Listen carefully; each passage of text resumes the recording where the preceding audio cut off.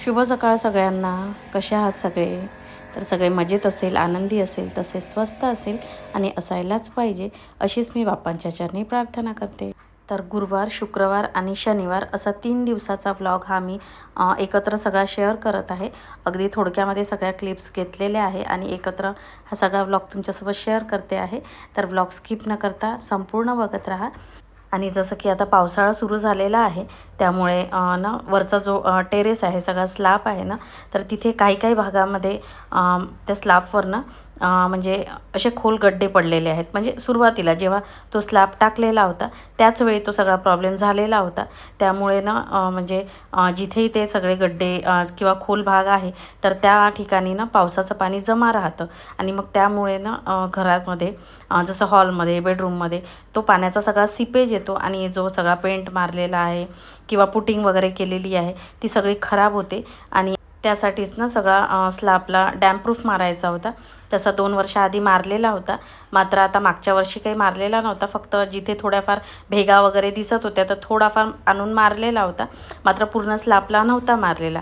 मात्र यावर्षी आता मारणं आवश्यक होतं, नाहीतर मग खूप जास्त सीपेजचा प्रॉब्लेम झाला असता. म्हणून आता तेच सगळं सीपेजसाठी आधी सगळा स्लॅब जो होता तो सगळा स्वच्छ करून घ्यायचा होता.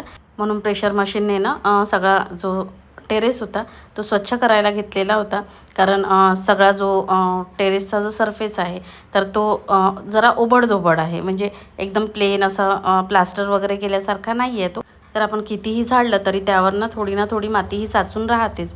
आणि आता डॅम्पप्रूफ मारायचं होतं, त्याच्यामुळे मग सगळा स्लॅब स्वच्छ करून घेणं खूप आवश्यक होतं. म्हणजे त्याच्यावर माती अजिबात असायलाच नको.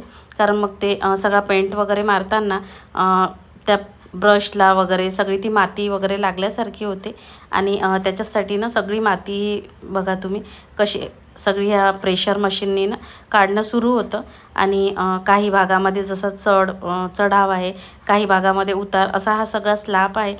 त्यामुळे सगळं ते पाणी वगैरे काढणंही ना थोडं त्रासदायकच होऊन राहिलेलं होतं.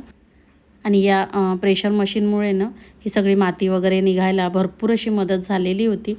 आणि सगळा वरचा टेरेस ना खूप छान व्यवस्थित पद्धतीने सगळा स्वच्छ झालेला होता. तर आम्हाला हे सगळं करायला साधारण 2 ते 2.5 तास लागलेले होते. आणि आता सकाळी सकाळीच भरपूर ऊन राहतं अजूनही. म्हणजे पावसाळा अजून जसा पाहिजे तसा काही सुरू झालेला नाही आहे. म्हणून सकाळी जरा लवकरच सगळं करायला घेतलेलं होतं. मात्र तरीही बराच उशीर झालेला होता.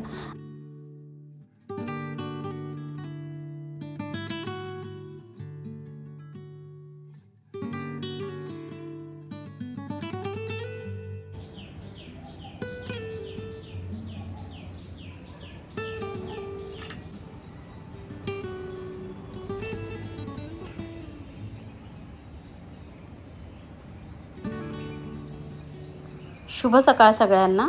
तर ही गुरुवारची सकाळ आहे. तर सकाळी सकाळीच आम्ही लवकरच वरनं जे डॅम्पप्रूफ वगैरे मारायचं होतं त्यासाठी जरा लवकरच उठलेलो होतो. कारण मग ऊन होऊन जाते आणि मग त्याच्यामुळे इच्छा नाही होत काही करण्याची. त्याच्यामुळे आधी चहा घेतला, छान फ्रेश झालो. तर बघा काल सगळा टेरेस हा स्वच्छ करून ठेवलेला होता. मात्र तरीही सगळी आता झाडाची पानं, थोडा कचरा इथे आलेलाच आहे. सगळं हे क्लीन केलं होतं तरी देखील. तर आधी हे सगळं ना झाडावं लागेल आणि त्याच्यानंतरच मग जे काही आहे पुढची प्रोसेस तर ती करावी लागेल. कारण हा सगळा कचरा असताना इथे काही पेंट वगैरे मारणं व्यवस्थित म्हणजे जमतच नाही. सगळा ब्रशही खराब होतो आणि ते व्यवस्थित मारल्या पण जात नाही. म्हणून आधी सगळा टेरेसनं मी झाडायला घेतलेला होता. आणि जेवढा भाग मग माझा झाडून झालेला होता तर तिकडे यांनी मग पेंट करणं वगैरे सगळं सुरू केलेलं होतं.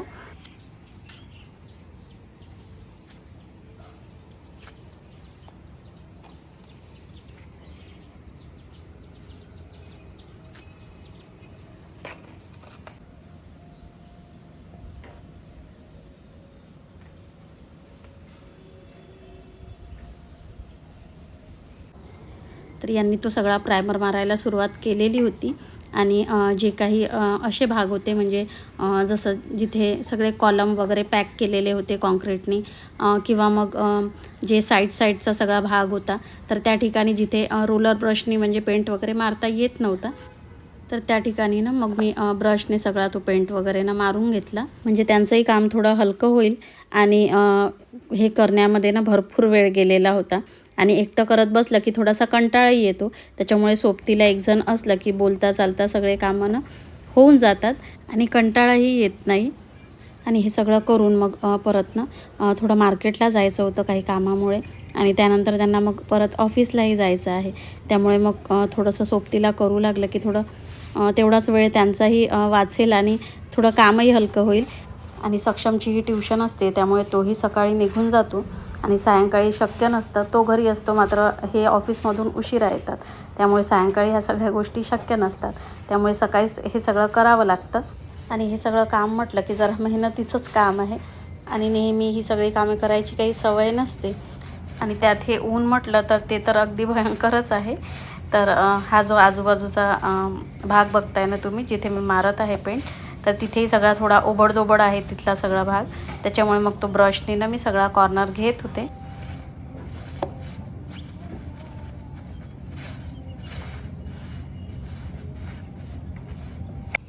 तर बघा इकडचा सगळा पेंट ना आता मारून झालेला होता आणि त्या साईडचा थोडा भाग राहिलेला होता.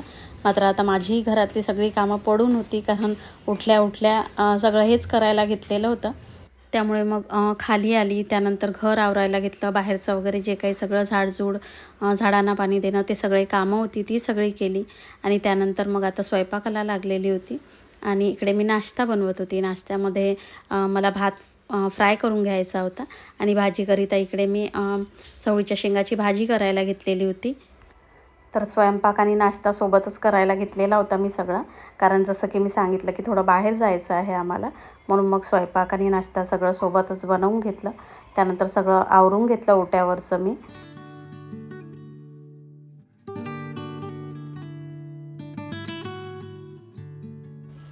तर असा सगळा पेंट मारून झालेला होता, म्हणजे ही फर्स्ट लेअर होती सगळी, जे प्रायमर मारलेलं होतं. आणि सेकंड लेअर अजून बाकी आहे, जी की उद्या मारावी लागणार आहे, कारण आज हे सगळं ना उन्हाने छान वाळू देणार आणि सेकंड लेअर हे उद्या वगैरे मारू मग.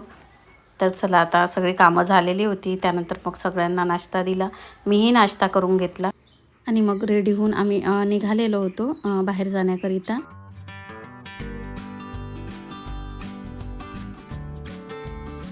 तर ही तिसऱ्या दिवसाची सकाळ म्हणजे शुक्रवारची सकाळ आणि बरोबर 3 दिवस हे सगळं करायला लागलेलं होतं. भरपूर मेहनत झाली होती याच्यामागे.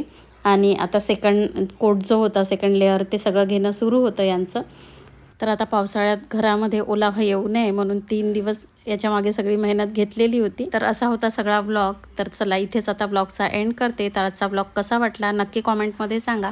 आवडला असल्यास जरूर लाईक करा. जर आपल्या चॅनलवर कोणी नवीन असेल तर असेच आपले व्हिडिओ बघण्यासाठी चॅनलला पटकन सबस्क्राईब करून घ्या. तर भेटूया अशाच एका छानशा व्लॉगमध्ये. तोपर्यंत बाय बाय.